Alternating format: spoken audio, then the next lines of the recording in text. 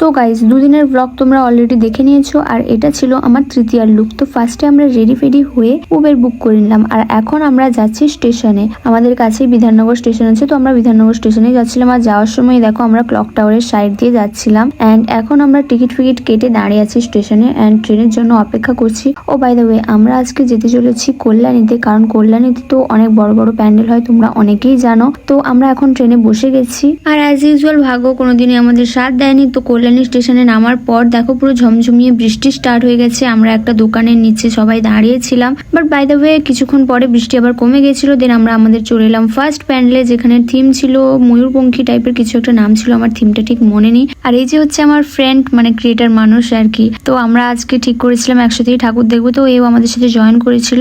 দেন এই প্যান্ডেলের ভেতরের থিমটা জাস্ট দেখো তোমরা, খুবই সুন্দর লাগছিল, মানে একটা মিষ্টি থিম ছিল বেশ। এখান থেকে আমাদের নেক্সট প্যান্ডেলের দূরত্বটা একটু বেশি ছিল, তাই আমরা সবাই অটো করে নিলাম। আর অটো আমাদের মাঝপথেই দাঁড় করিয়ে দেয়, কারণ ও তারপর থেকে পুলিশের এন্ট্রি দিচ্ছিল না, তো আমাদেরকে অনেকটা পথ হেঁটে হেঁটে যেতে হচ্ছিল। তখন হাঁটতে হাঁটতে ফাইনালি আমরা পৌঁছে গেছি ওই প্যান্ডেলটায়, বাট এটা অত একটা খাস ছিল না, মোটামুটি একটা প্যান্ডেল ছিল।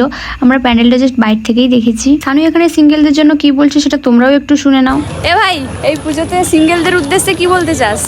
এই পুজোতে সিঙ্গেলদের উদ্দেশ্যে একটাই কথা বলতে চাই, চোখে পট্টি পট্টি বেঁধে ঘোরো, কোনো লাভ নেই ভাই ঘুরে। বাট এবার ডোন্ট মাইন্ড গাইস, কারণ আমরাও সিঙ্গেল। বাই দ্য ওয়ে আমরা এখন চলে এসেছি কল্যাণী ITI মোড়ে, যেটা অনেকটাই ফেমাস তোমরা জানো। তো এখানে জাস্ট নাইট লুকটা দেখো, আর ভেতরেরটা তো মানে বলারই কিছু নেই, জাস্ট অসাধারণ ছিল, যেটা তোমরা ভিডিওর মাধ্যমে বুঝতে পারছো। একটা গোল্ডেন গোল্ডেন ভাইবস দিচ্ছিল। প্যান্ডেল থেকে বেরোনোর পর কি হলো সেটা দেখো গাইস, এখানে সানুকে একদম ধরে নিয়েছে ঘেরাও। এ ভাই, এর কাছে কিছু নেই। গাইস বাচ্চা ফ্যান বুঝতেই পারছো। আলাদাই।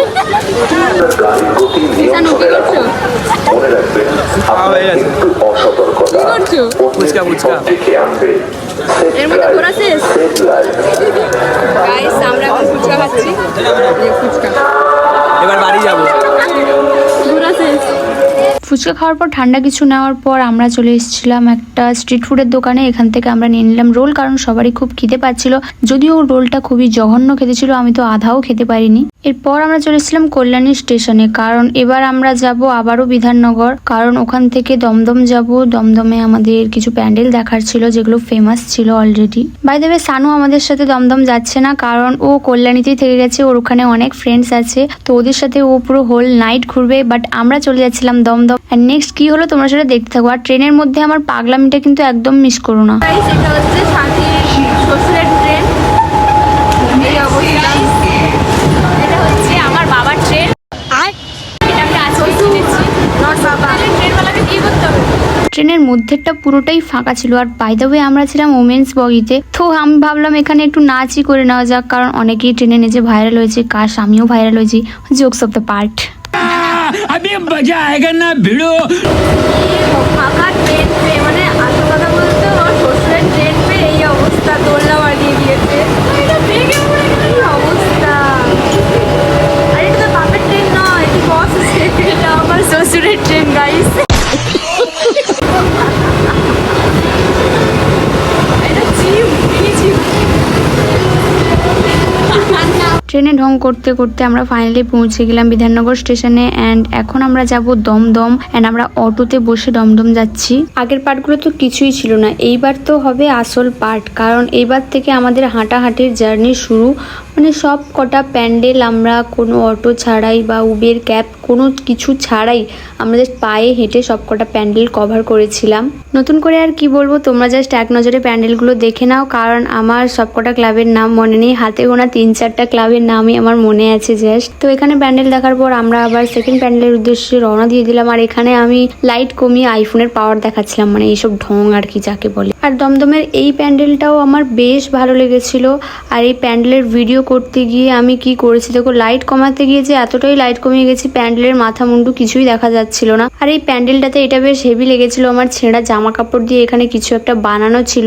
আর এই অন্ধকারে তো কিছুই দেখা যাচ্ছে না প্যান্ডেলের, আমি সেটা বুঝতেই পারছি। কি আর বলবো, একটু অ্যাডজাস্ট করে নাও। বুঝতেই পারছো আমি কত বেশি মূর্খ, কতটা আমি ফোনের ব্যাপারে নলেজ কম আমার। আর এই প্যান্ডেলটাও বেশ ভালো ছিল। ভিডিওগুলো ঠিকঠাক আসেনি, কেমন যেন ব্লার ব্লার টাইপের এসছে। তার কারণ হচ্ছে আমি 5x ভিডিও করছিলাম, আর যেহেতু হাঁটতে হাঁটতে করছিলাম একটু প্রবলেম হচ্ছিল, মানে ভিডিওটা নড়ে নড়ে যাচ্ছিল, তাই জন্য ভিডিওগুলো এমন এসছে। কি বলবো, জাস্ট একটু অ্যাডজাস্ট করে নাও। প্যান্ডেলগুলো সত্যি খুব ভালো ছিল। এখন অলমোস্ট 2 বাজে আর আমাদের ঘোরা এখনো শেষ হয়নি। জানি না কখন শেষ হবে, আর ভালো লাগছে না, বিশাল টায়ার্ড লাগছে গাইজ, একদম বিরক্ত লাগছে। বাড়ি গিয়ে ঘুমাতে পারলে শান্তি। চলো। এখন আমরা যে লাইনটায় দাঁড়িয়েছি সেটা ছিল সেই ভাইরাল প্যান্ডেল, যেটা ইনস্টাগ্রামের রিলসে অনেকটাই ভাইরাল গেছে। 3D প্যান্ডেল, যার থিম ছিল দ্য অরা।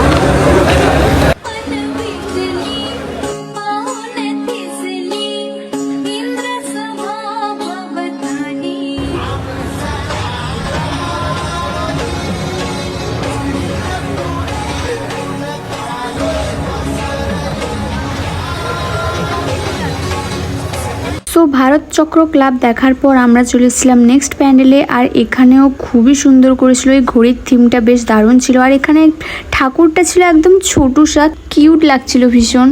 আর আমি যতদূর দেখলাম কলকাতার বেশিরভাগ প্যান্ডেলই কোনো না কোনো একটা স্টোরি বেসিসে তৈরি, তো এটা আমার বেশ ভালো লেগেছিল। এই প্যান্ডেলটাও সত্যি অসাধারণ ছিল।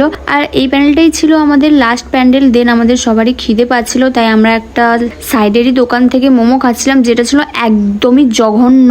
তো বাই দ্য ওয়ে এখন টাইমটা জাস্ট তোমরা ফোনে দেখে নাও। অ্যান্ড এখন আমরা উবের বুক করে চলে যাচ্ছি বাড়ি, কারণ কালকে সকালে আবার আমাদেরকে বেরাতে হবে আমাদের বাড়ি আসার জন্য, মানে কাঁথি যাওয়ার জন্য।